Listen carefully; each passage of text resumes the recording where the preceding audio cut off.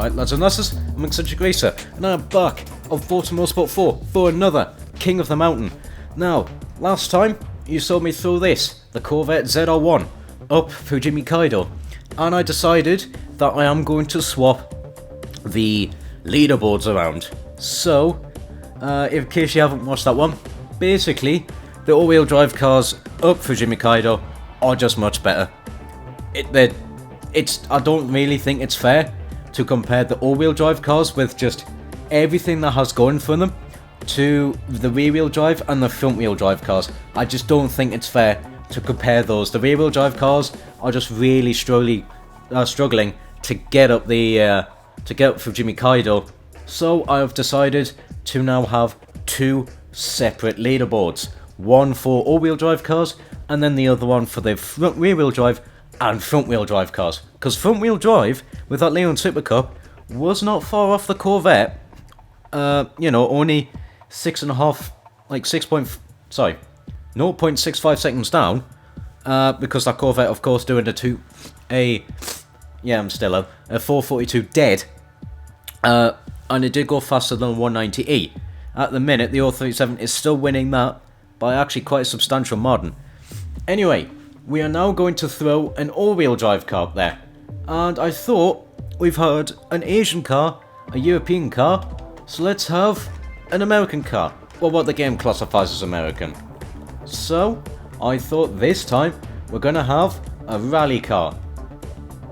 The RS200. Now, I reckon this could probably do it. The RS200 is going to be a lot lighter. That's auto upgrade. It's going to be a lot lighter than that Nissan. Well, probably not. Actually, to be honest, I don't think it's that much lighter. But it's going to be lighter, hopefully. And I might have a little bit more power. Actually, I can't remember. How much power did the... hang on. I'll do it this way. Oops. How much power did that Nissan have? Let's have a look. I can't actually remember now. 483, 2,600 pounds. So the Skyline is less powerful and it is heavier. So that's what this car's got going for it. It's more powerful and it's lighter. So let's get to building it. First things first, I am going to put it on Mace tyres. And we do not have a lot of PI. We're going to get nice 295s at the back. And looks like at the front, we're going to have 245s. Now, what engines can we get in this? We can get the GT500 engine. Question is, do I want to? Do I really want to? I know... I honestly reckon that would be the better engine for this car. However, the rules specify I can't do this. Okay. This might be a more of a challenge than I thought. Because really, I'm going to want... do I want a gearbox? I don't know. Let me have a look at the benchmark quickly. Because I don't know if I'm going to want a gearbox. Let's have a look. Benchmark. What is the car's top speed? 154. Honestly, I think that will do. None of the cars really have gotten past 139. Can I? Not quite. I can't really squeeze in a race transmission. Although I might be able to do it with a... No. Oh well, I tried. But yeah, I honestly reckon this was going to be the better engine for it, but they'll specify I cannot swap the engine in the car unless it is absolutely necessary. So, unfortunately, I think the better engine can't go in. Cannot go in. Can't make it rear-wheel drive, but I don't want to. So, really, what am I going to do? It is lighter, it is more powerful, and it is on, again, Mace tyres, but...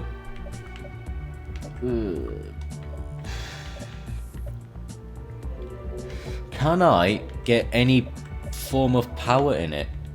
Can get 8 horsepower there, 9 horsepower. Can get 11. I think that's going to have to do. I think I'm going to have to put a little bit more power into the car. Can I? No, a driveline takes off a little bit too much. So I can't put in a gearbox. So the car, well, the car will be gear limited, but it's only going to be doing 155. So it's not really the worst thing. Because, well, like I said before, the cars aren't getting much past 139. So, this is the RS200 build. It does have power to weight ratio going in its favour. But is that really enough to take down that R32? Let's have a look. Alright. Sorry, I was looking somewhere else. We are here at the Fujimi Kaido new hill climb, going for that R32. Of course, that R32 being the fastest car, setting a 430. Hang on, it was a 433.2. Sorry, I was thinking 432.3. So 433.2. I honestly reckon this can do it. It's got the power, it's got the lightness behind it, and the gearing might actually favour it somewhat. But we'll have to wait and see. Let's set it off for its first run. Of course, I've only got 3 attempts. I can't do any rewinds and I can't do any restarts. So let's see what the car is like. Okay, off the line, very good launch. It bogged down a little bit, I will admit. Could probably got a little bit more on the power. Heading into the second corner, put it in the 4th through the first tunnel. This car does sound good, like. Heading up to now the first proper big braking zone. The car is just darting through the corners, the lightness really helping it. What I do need to be mindful of is the turbos. These, of course, is a turbocharged car. The acceleration is decent, almost lifting off the ground there through the S's section there, that little drop, but not quite. The front is, but the rear is not fully lifting off. So we're now fighting through these couple of corners. The four-wheel drive, of course, just giving it a huge advantage. And of course as well, the lightness really is helping this car through the corners. I'm going to throw it into first gear, try and get it up the hill, use the acceleration of the RS200, actually turning in a little bit too early. Interestingly, didn't dirty the lap time. Okay, that's something. Again, we're throwing it through this left-hander. Big slide going onto the power. And as we're now, again, back on the brakes, I'm going to put in the first, try and keep them two turbos. I think it's a twin turbo in this anyway. Spooled up. I don't want turbo lag in this thing. Oh god, I'm accelerating too much there. I've completely missed the bloody exit of the corner. It is struggling. Well, I'll say it is struggling. Not really, I'm just taking dodgy lines through the 4 hairpins there. Oh god. Yeah, really dodgy lines, but we are out there nice and safely.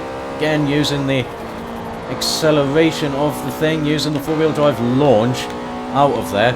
It is a little bit down on power of, like, the rear-wheel drive cars, but the rear-wheel drive cars will not be able to carry as much cornering speed as the 4-wheel drive cars. Heading up now to the 50% hairpin. This RS200, I am liking so far. I'm actually being a little bit tentative on how this car is tackling these corners. It is doing it at a seriously good pace. I'm just not being brave enough, to be honest. I'm being quite cowardly. I can push this car actually quite a bit. It's not understeering as badly as some other cars, so it does have that going for it. Again, able just to fire it through the gears, getting up the mountain. Gonna again though, having the slam on the brakes, gonna put it in the first, heading up towards the waterfall car park. Going fine through the double left-handers here. Again, just keeping it on the power. It is seriously launching itself through these small acceleration zones. The power to weight really helping it out of these slower corners, and as well the car is actually really planted. It is seriously good up here. Again, gonna take a little bit wide, can then tuck it nicely into the corner, get on the power, throw the car sideways out. Just getting it up the mountain now. Getting the 4-wheel drive, just able to keep the car going in a straight line. Good acceleration, gonna slam on the brakes though, as we're now heading on to the final straight of the course, this uphill section. Gonna go through the gears. What speed is this car going to get? So we're gonna enter 5th now. We are going to do only 126 miles an hour, so the gear limitations is not a concern whatsoever. Being able to just throw it through these corners really just keep the car, really just keeps it planted and things like that. This is where the huge strength of the 4-wheel drive will come in. I lost the back end a little bit, just escaped from me ever so slightly. This has been a really scrappy run, but it's still not a terrible one for the Ford RS200 as we go across the line with the 334 bollocks, a 34.9. That is going to put it faster than the Audi Quattro, and it is almost 2 seconds down on the R32. I honestly reckon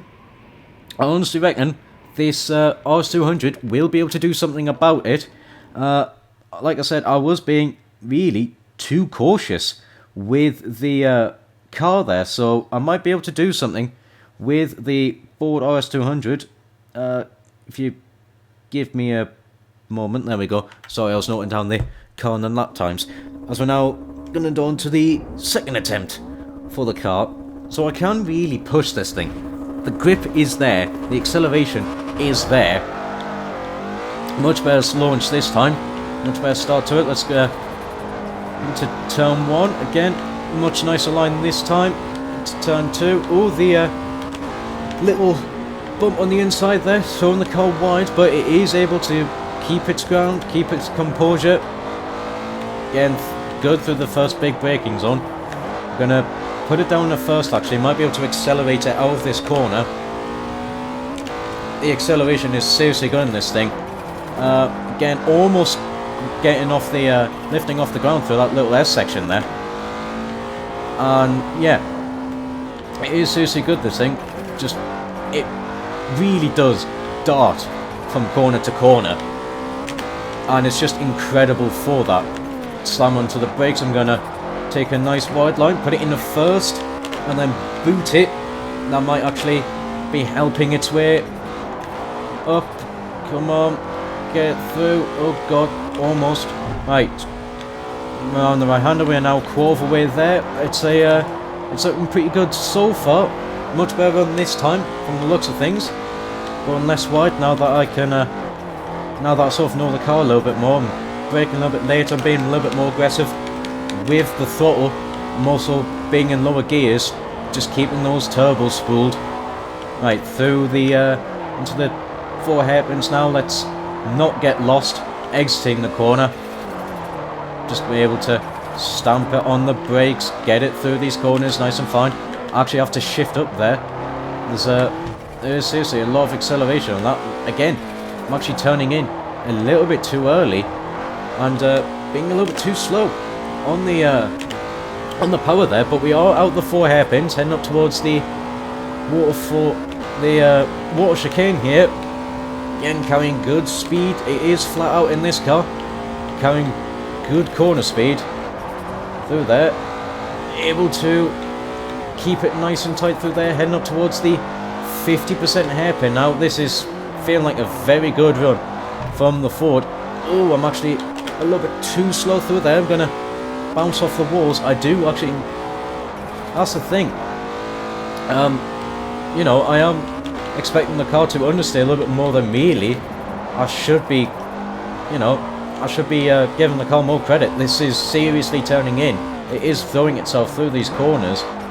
And yeah, it is just absolutely dealing with it with no issues whatsoever. So I am just able to push it a little bit harder than what I can with a fair amount of cars. It is nicer to drive than that Skyline, I will admit. And that Skyline was not the worst thing in the world. The slip angle helping it. But I've not really needed to do that with the RS200. Again, through the waterfall car park, it is just really planning this thing. I'm not having to try and use the handbrake, get the car through the corners. Yes, it might have skinnier tyres, but it is throwing around a lot less weight. And it is seriously holding on fine. Just absolutely compose this thing. It is huge amounts of fun to throw it up the mountain. Again, just darting left to right through the chicane section there. Gonna slam onto the brakes now. Heading on to the final straight, this acceleration zone. Gonna get a little bit of a four-wheel drift out of there. But we're gonna see what the car, see what it's like.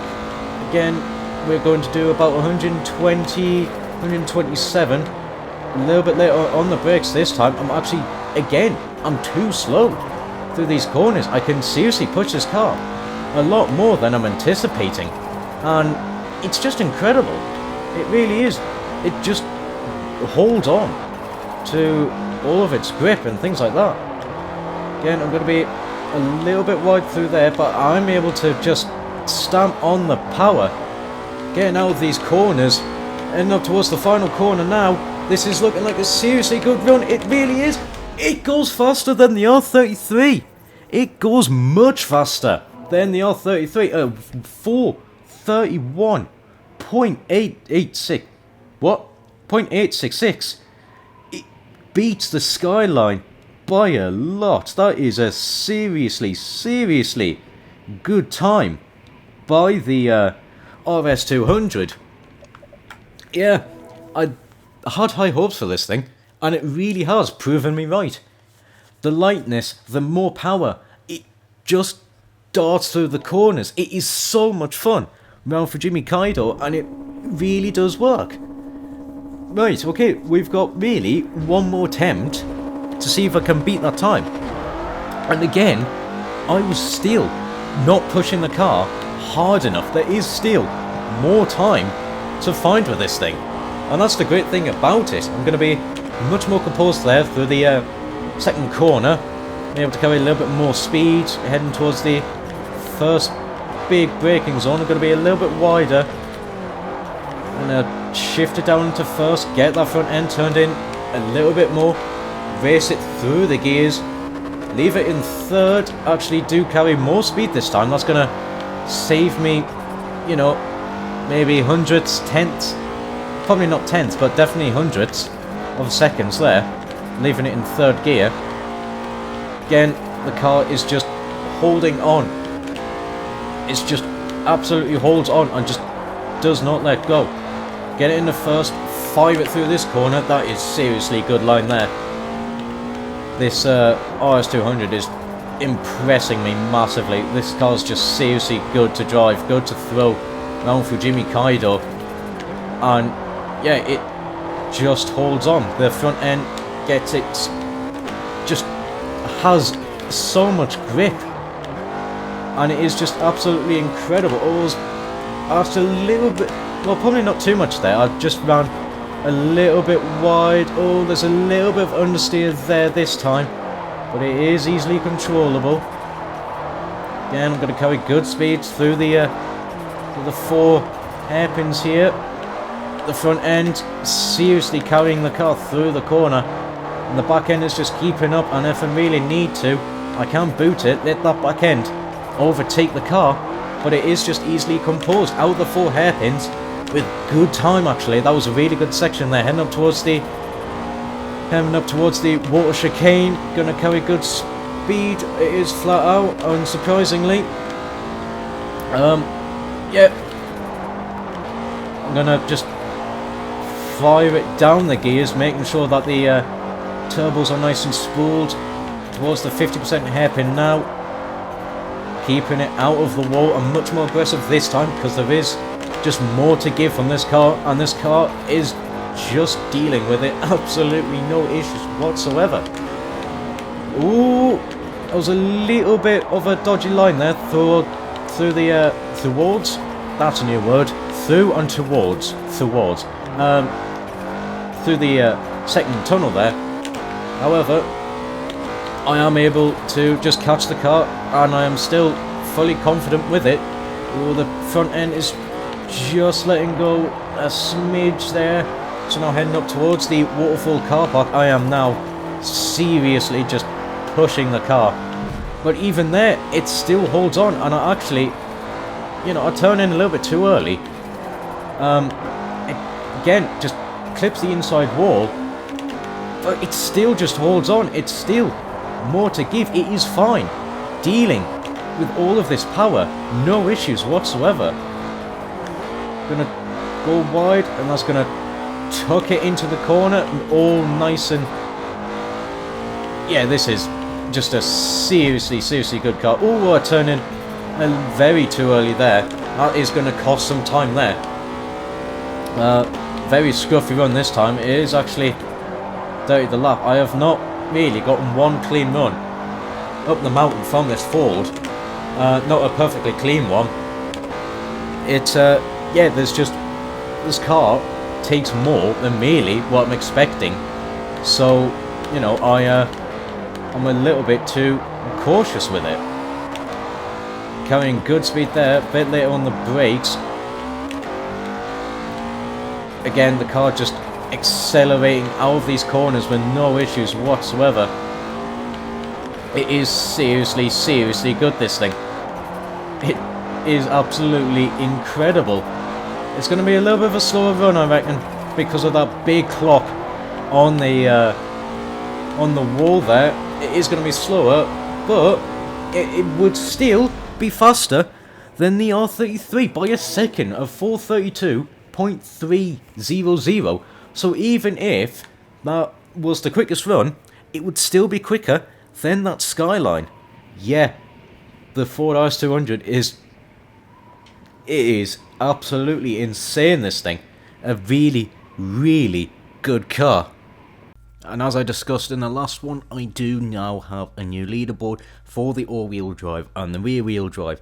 Reason being, honestly, the four-wheel drive cars are just that much quicker that it just feels unfair to really have both of them being compared with each other. So I have made them separate. Speaking so... Now that that's the case, the Ford RS200 is now both the fastest all-wheel drive car and currently the fastest car up the mountain with that 431.866.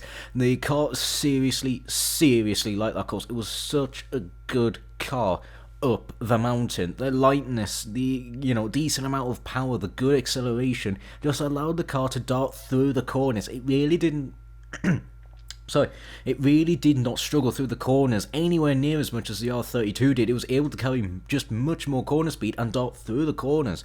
It was just an incredible car to drive. Anyway, that is going to be it from me. I hope you enjoyed. If you did, do the stuff the YouTube algorithm likes, and there'll be a link in the description in case you want to join the Discord. However, that's it from me, and until next time, ciao for now.